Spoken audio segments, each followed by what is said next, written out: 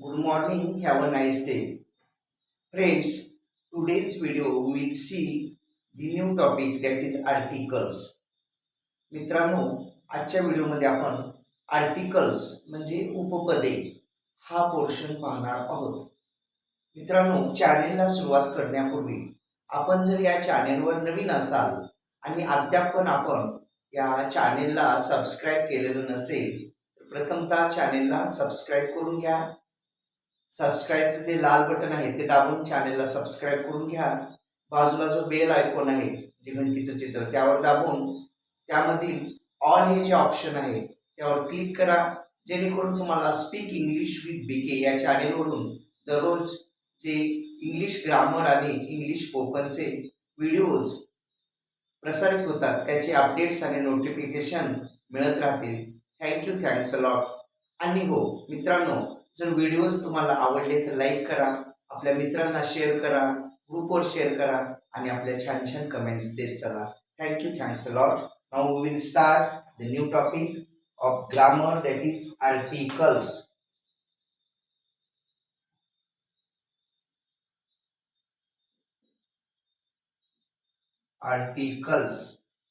आर्टिकल्सला मराठीमध्ये काय म्हणतात? उपपदे. उपपदे किंवा उपपद म्हणूया. आर्टिकल्स.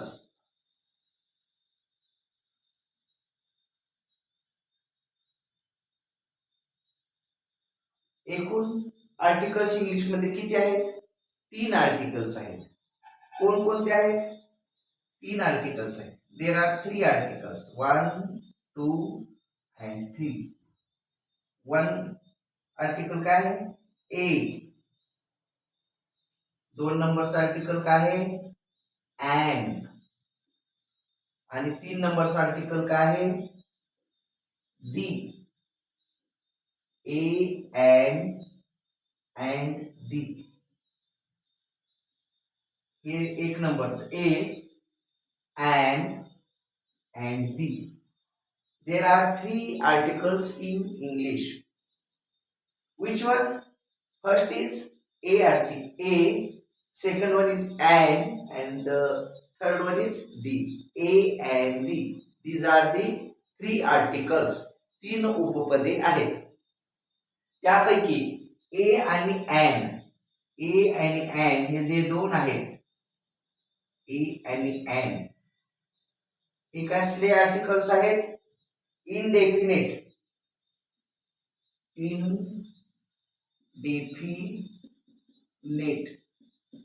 आर्टिकल्स.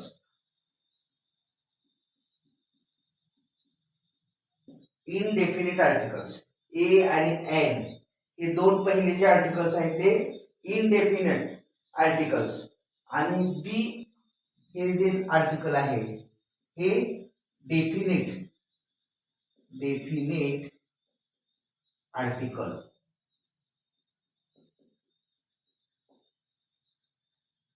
इनडेफिनेट ए आणि एन आणि डेफिनेट आर्टिकल म्हणजे दी आर्टिकल. हे डेफिनेट आर्टिकल आहे.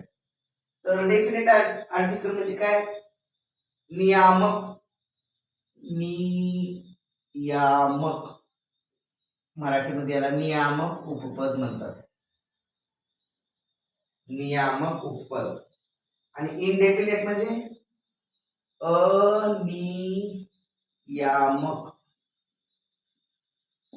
अनियामक उपपद. ह्याला आपण असं पण म्हणू शकतो, डेफिनेट आर्टिकल म्हणजे निश्चित उपपद आणि इनडेफिनेट आर्टिकल्स ए आणि अँड जे आहेत ते अनिश्चित आर्टिकल्स. अनिश्चित उपपदे आणि निश्चित उपपद. निश्चित उपपद म्हणजे काय? यामध्ये डेफिनेट आर्टिकल जे द आहे यामध्ये निश्चित व्यक्ती किंवा वस्तू, यामध्ये द आर्टिकल जे आहे डेफिनेट आर्टिकल नियामक उपपद, तर यामध्ये निश्चित अशी व्यक्ती किंवा वस्तू दर्शविली जाते. या दी आर्टिकल जेव्हा येते त्यावेळेला निश्चित अशी व्यक्ती किंवा वस्तू दर्शविली जाते.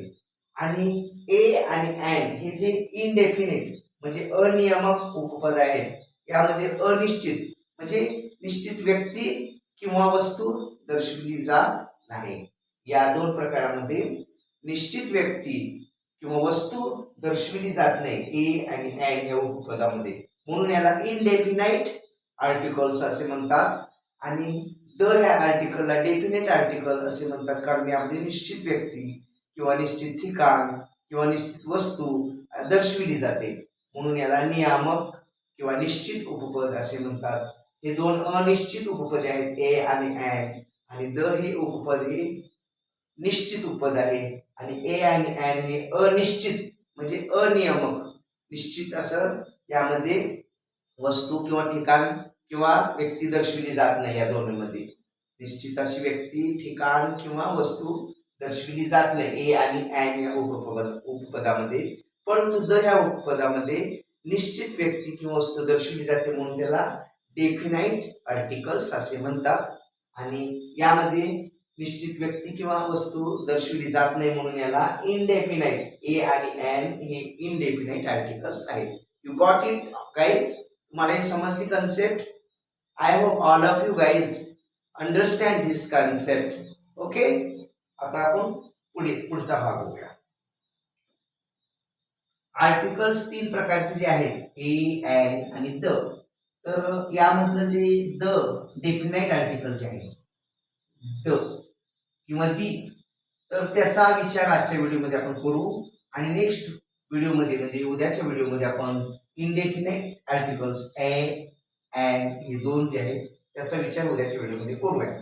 आजच्या व्हिडिओमध्ये आपण दी आर्टिकल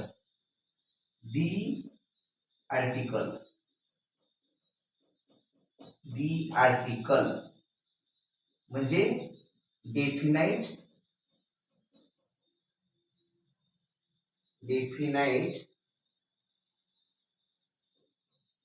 आर्टिकल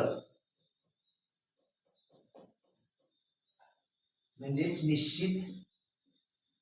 निश्चित उपपद,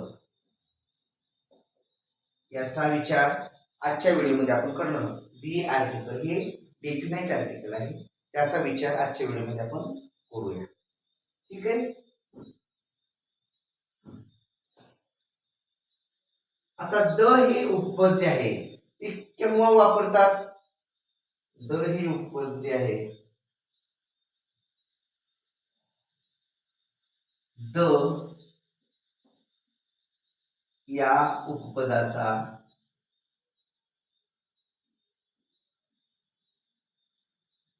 वापर कधी करायचा बघा. द या उपपदाचा वापर कधी करायचा? ज्या वेळेला एखाद्या नामाचा उल्लेख झालेला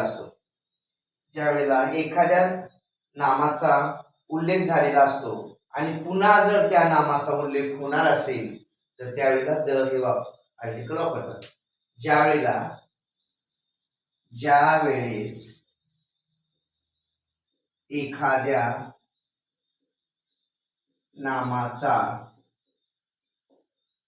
उल्लेख झालेला असतो आणि पुन्हा त्या नामाचा उल्लेख करताना द हे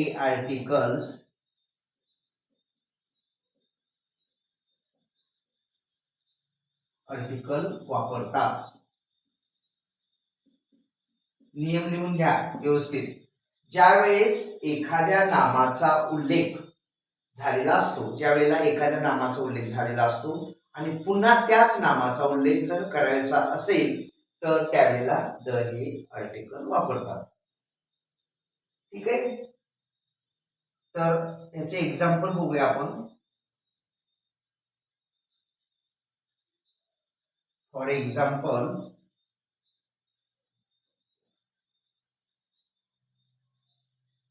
I saw a girl I saw a girl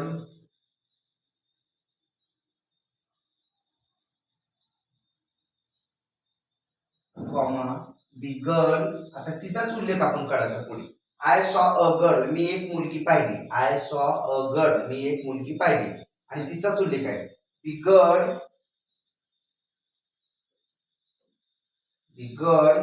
was crying.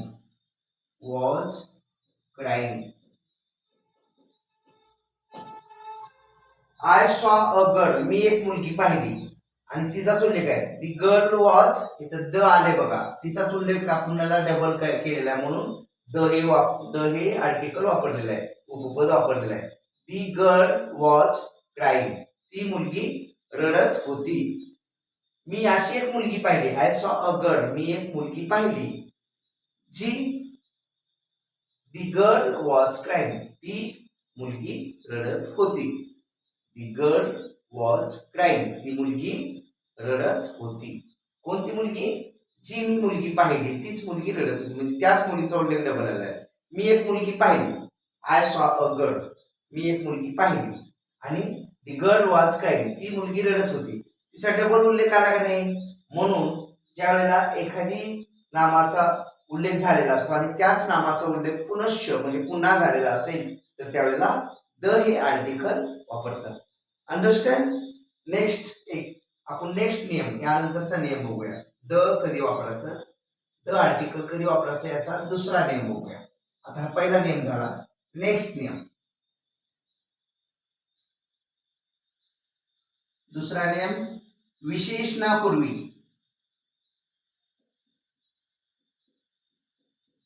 विशेषणापूर्वी the article वापरतात. विशेषणापूर्वी द हे आर्टिकल वापरतात. For example, we should help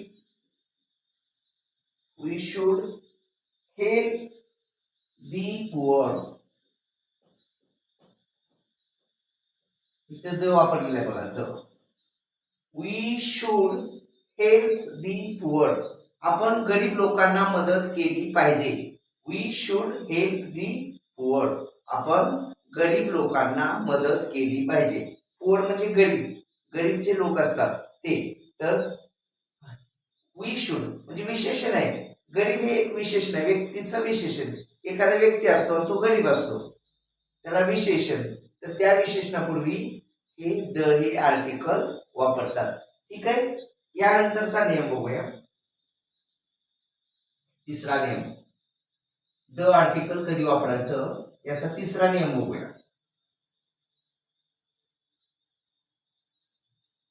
superlative डिग्रीच्या अगोदर द हे वापरतात. सुपरलेटिव्ह डिग्री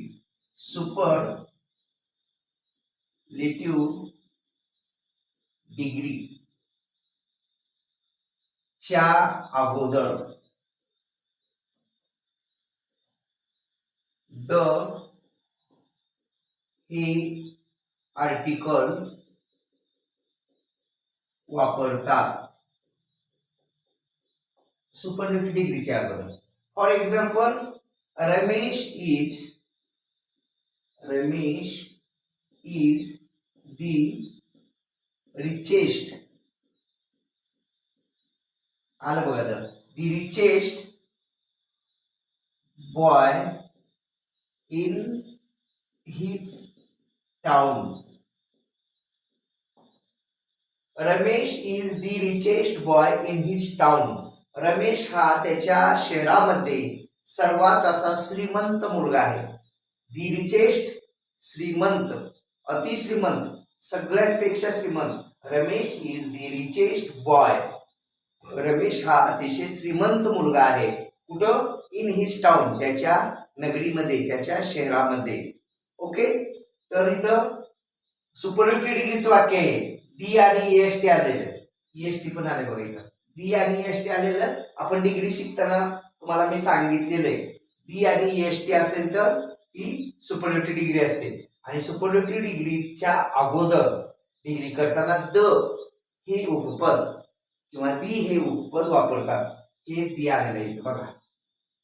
ठीक आहे. दुसरे एक्झाम्पल बघूया अजून याचं सुपरलेटिव्ह डिग्रीच. म्हणजे द आलेलं, द आर्टिकल वापरलेलं.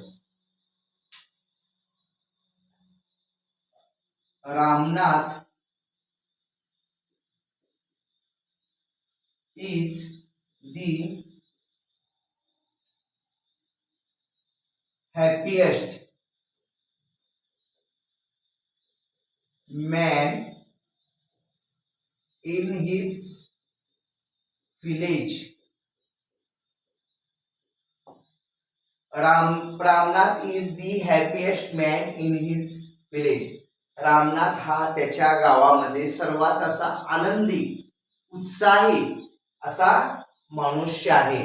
कुठं? त्याच्या गावामध्ये, पूर्ण गावामध्ये. तर हॅपीएस्ट म्हणजे सुपरलेटिव्ह डिग्री आहे आणि त्याच्या अगोदर हे द आलेलं आहे बघा. ओके. तर सुपरलेटिव्ह डिग्रीच्या अगोदर पण द चा वापर करतात, द या आर्टिकलचा. यानंतरचं रूल, यानंतरचा चौथा रूल घ्या. चौथा रूल,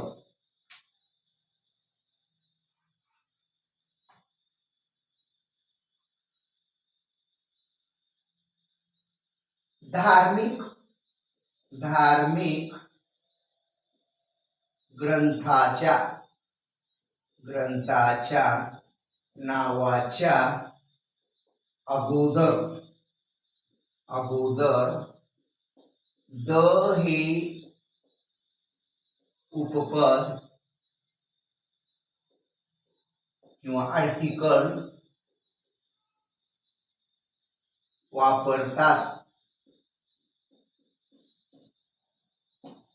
धार्मिक ग्रंथ, आता धार्मिक कोणते ग्रंथ आहेत? रामायण, महाभारत, बायबल किंवा विष्णू पुराण, जितकी म्हणून जे धार्मिक ग्रंथ आहेत त्याच्या नावाच्या अगोदर द वापरतात. For example, the Ramayana,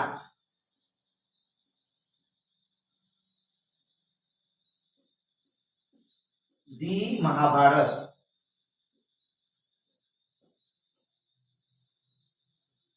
the Mahabharata, the Quran,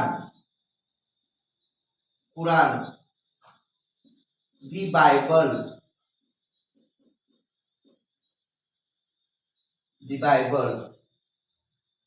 इत्यादी जे ग्रंथ आहेत. रामायण हिंदूंचा पवित्र असा ग्रंथ, हिंदू धर्मियांचा पवित्र ग्रंथ म्हणजे रामायण आणि महाभारत. हिंदू धर्माचे जे लोक आहेत त्यांचा पवित्र असा ग्रंथ कोणता आहे? दी रामायण, दी महाभारता, म्हणजे रामायण आणि महाभारत. तर या ग्रंथांच्या नावाच्या अगोदर द आलेलं आहे बघा. आले का? दी इथं बायबलच्या अगोदर आले आणि इथं कुराणच्या. बायबल ख्रिश्चन लोकांचा, ख्रिश्चन समुदायाचा जो पवित्र ग्रंथ आहे, ख्रिश्चन धर्मियांचा जो पवित्र ग्रंथ आहे त्याला दी बायबल किंवा तो बायबल ग्रंथाच्या नावाच्या अगोदर दी आलेले आहे. आणि दी कुराण, तर मुस्लिम बांधव जे आहेत आपल्या भारत देशातील किंवा कुठलेही मुस्लिम बांधव त्यांचा जो पवित्र ग्रंथ आहे कुराण शरीफ म्हणतात त्याला. तर हा जो ग्रंथ आहे त्याच्या नावाच्या अगोदर पण दी आलेले आहे. दी बायबल म्हणजे ख्रिश्चन धर्मियांचा जो ग्रंथ आहे दी बायबल किंवा दी कृष्ण पुराण,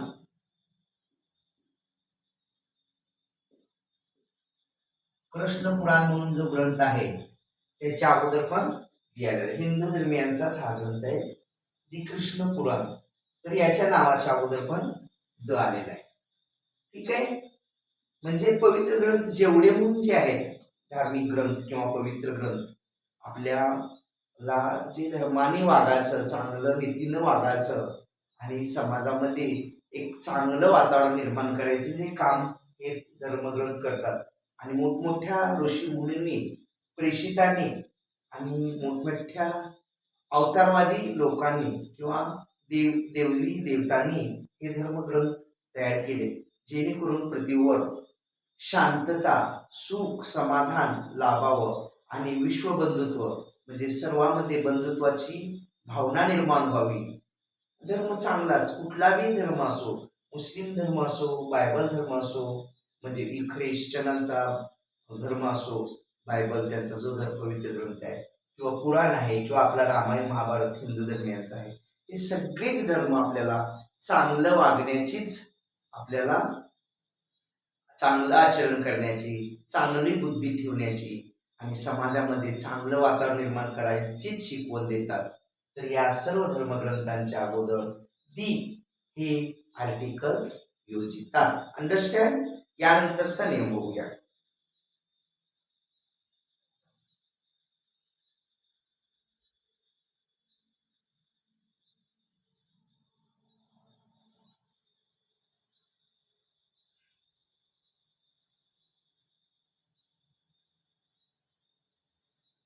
पाचवा नियम, जगामध्ये जे एकमेव वस्तू आहेत, एकमेव एकमेव वस्तूंच्या अगोदर, एकमेव वस्तू जितक्या म्हणून आहेत त्या वस्तूंच्या अगोदर दी हे उपपद योजितात. योजितात म्हणजे वापरतात. एकमेव वस्तू म्हणजे जगात दुसरी वस्तूच नसते त्याला तोड. म्हणजे फॉर एक्झाम्पल दी अर्थ, जगामध्ये किंवा पृथ्वी तर एकच अर्थ आहे, दी अर्थ. एक्झाम्पल दी अर्थ, दी मून, चंद्र पण एकच आहे, दी सन, सूर्य पण एकच आहे, दी सन, दी अर्थ, दी मून. पुन्हा आणखी एकमेव वस्तू काय काय आहे बघा, दी सी, समुद्र. तर जगामध्ये जे एकमेव वस्तू आहेत, एकच, दुसरी नाही, म्हणजे पृथ्वी एकच आहे का, दुसरी एखादी पृथ्वी आहे का, नाही, म्हणजे दी अर्थ. तर त्या नावाच्या अगोदर द हे उपपद असतात. चंद्र एकच आहे, सूर्य एकच आहे, त्याच्या अगोदर द आलेला आहे. सी म्हणजे समुद्र पण एकच आहे. तर या सर्व नावांच्या अगोदर म्हणजे एकमेव वस्तूंच्या अगोदर द हे उपपद योजितात. यानंतरचा नियम बघूया.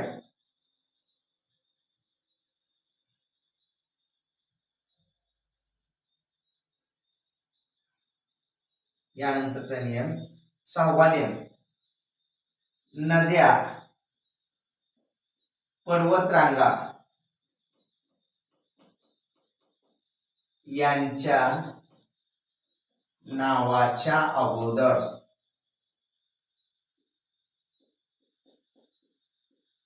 द हे उपपद वापरतात. नद्या असतील किंवा पर्वतरांगा असतील, डोंगर असतील मोठमोठे, तर त्या सर्व नद्यांच्या, पर्वतांच्या नावाच्या अगोदर द हे उपपद वापरतात. फॉर एक्झाम्पल दी गंगा, गंगा नदी आहे का नाही, दी गंगा. दी कृष्णा, कृष्णा नदी आहे. दी यमुना,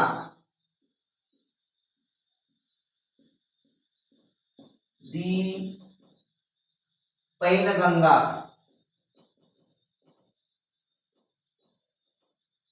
इत्यादी नद्या. आणि पर्वत,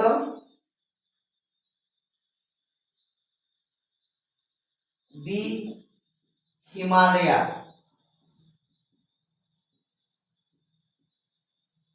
दी सह्याद्री, सह्याद्री पर्वत, हिमालय पर्वत असेल, सह्याद्री पर्वत असेल, या पर्वत रांगांच्या अगोदर पण द वापरतात. हे पहा, द आले काय, आले नाही. आणि नद्या जितक्या म्हणून आहेत त्या नद्यांच्या नावाच्या अगोदर दी गंगा, दी कृष्णा, दी यमुना इथं द आलेलं आहे, सॉरी, आणि दी पैनगंगा एक्सेट्रा इत्यादी इत्यादी. तर जितक्या म्हणून नद्या आहेत त्या नद्यांच्या नावाच्या अगोदर द हे आर्टिकल वापरतात. किंवा जितके म्हणून पर्वत रांगा आहेत, हिमालय असेल किंवा सह्याद्री असेल, जितके म्हणून पर्वत आहेत त्या पर्वत रांगांच्या अगोदर त्यांच्या नावाच्या अगोदर द हे उपपद वापरतात. यानंतरचा नियम लिहून घ्या, कशाचा? दी आर्टिकल वापरण्याचा. नियम 7वा,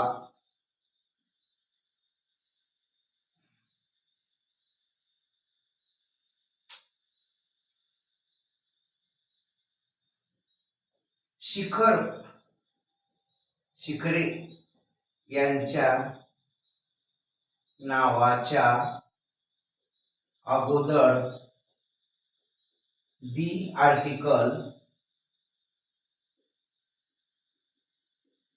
वापरतात. जेवढी म्हणून शिखरे आहेत, शिखर कळसुबाईचं शिखर, you all of know Kalsubai, म्हणजे त्या नावाच्या दी कळसुबाई. कळसुबाई कळसुबाई नावाचं शिखर आहे, तर त्या शिखराच्या नावाच्या अगोदर पण द आलेलं आहे किंवा दी आर्टिकल वापरतात.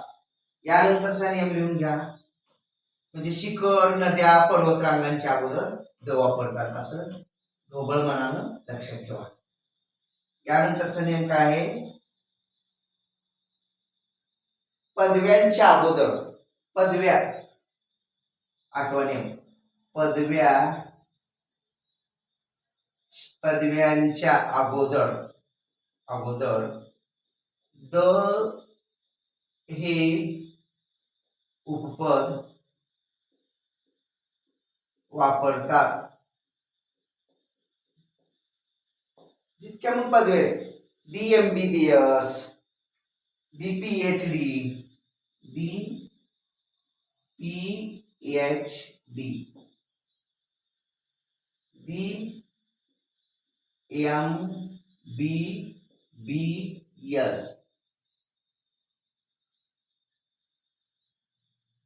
दी डॉक्टरेट,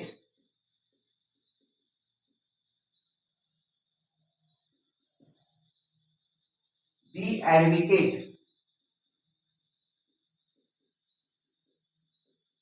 ॲडव्होकेट म्हणजे वकील. या जितक्या पदव्या आहेत, वकील ही एक पदवी आहे, डॉक्टरेट ही एक पदवी आहे, PhD ही एक पदवी आहे. या पदव्यांच्या नावाच्या अगोदर द हे उपपद योजितात किंवा वापरतात.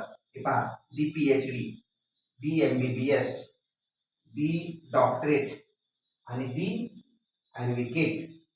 तर जितक्या म्हणून पदव्या आहेत त्यांच्या नावाच्या अगोदर दी हे आर्टिकल्स वापरतात.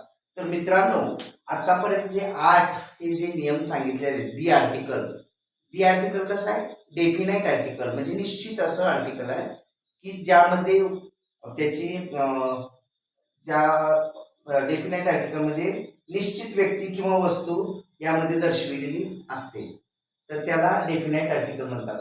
तर हे द हे डेफिनाइट आर्टिकल आहे, त्याचे जे नियम आतापर्यंत आपण 8 अभ्यासलेले आहेत.